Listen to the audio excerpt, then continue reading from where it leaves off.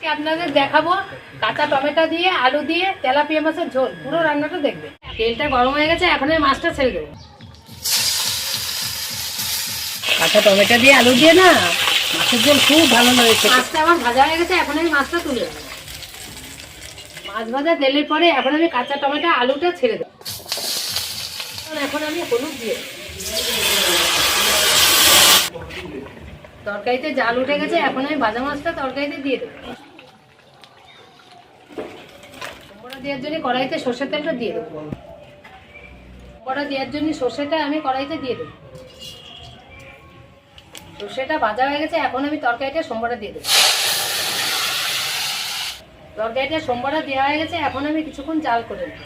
Tomato আলুর মাছের ঝোলটা হয়ে গেছে, এখন আমি নামিয়ে দেবো।